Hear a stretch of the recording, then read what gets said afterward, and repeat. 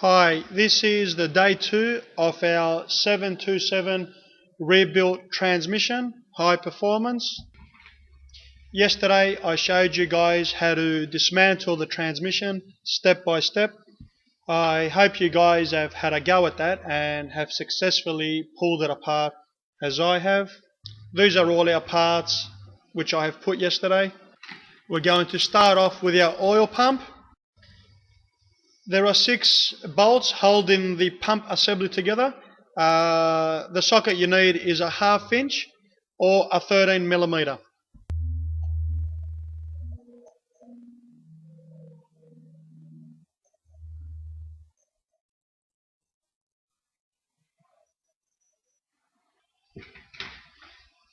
This is our stator,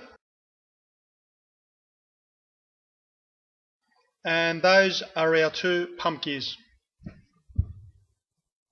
The way the oil pump works, our converter comes in from the front, and with the converter neck comes into contact with our 2 lugs on the gears, and as the converter turns, it spins and works our pump gears. What we can then do is, next step will be to mark our pump gears. We'll be putting a new set of pump gears in this, so there's no need to, but for those who will be using the same pump gears again, we just get a small scriber or a sharp screwdriver and just mark your gears so you know which way they're facing up. I wouldn't suggest getting a texter or a highlight, because once you wash your parts, they will automatically get rubbed off. Don't be too aggressive when you're marking the gears, because you don't want to be putting any grooves in it. Once you have removed the gears, expect the pump gears. You can expect the outside of the gear, make sure there's no grooves or no scratches on it from its wear and tear, and then you can expect the face of the gears as well. If you see any deep grooves, then automatically you should just replace them. These pumps are a good unit, so rarely do they wear out. Check your lugs on the inside of your inner pump gear where the converter hits. Make sure that there's no wear and tear there every time the converter hits up against it. As mentioned earlier, we're going to be putting a brand new set of gears in this rebuild, but if your gears look okay, you can reuse them. Next, you check is the inside of the pump where your gears rub up against. Same thing, just make sure there's no scratches, there's no grooves on it. Check your converter bush, which is located right behind your converter seal. We can then proceed in removing our pump O-ring. Just pry it out with a light screwdriver. You will find in your kit this O-ring and the converter seal will be both supplied. The other component of our oil pump assembly is a stator.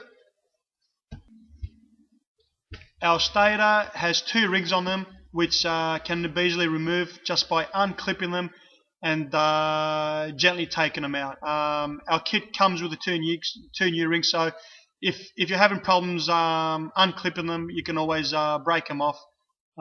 Easiest way to do this is just unclip them, and if you can't slide them off, you can just break them off, and yeah. Once you've pulled your rings off, what you want to make sure to check next is your ring lands. You can put a bit of the ring in there and just move the ring up and down in this direction just to make sure there's no extra clearance. Next, we remove our fibro washer. What we check here is we check it for flexibility. Don't go too hard because you run the risk of breaking it, but if it's still a little bit flexible, you can use the same ones in there. You can buy these things over the counter. We have them in stock if you ever need any. Next, we can check the input shaft rings to our stator. Make sure there's not too much wear. If you can see those 2 lines there, they don't look to have much of a step, but again, if you have a lathe, you can just clean them up with a bit of polish, with a bit of emery paper, just to make a nice clean surface. So when we put our new rings on it, they're running on a clean surface.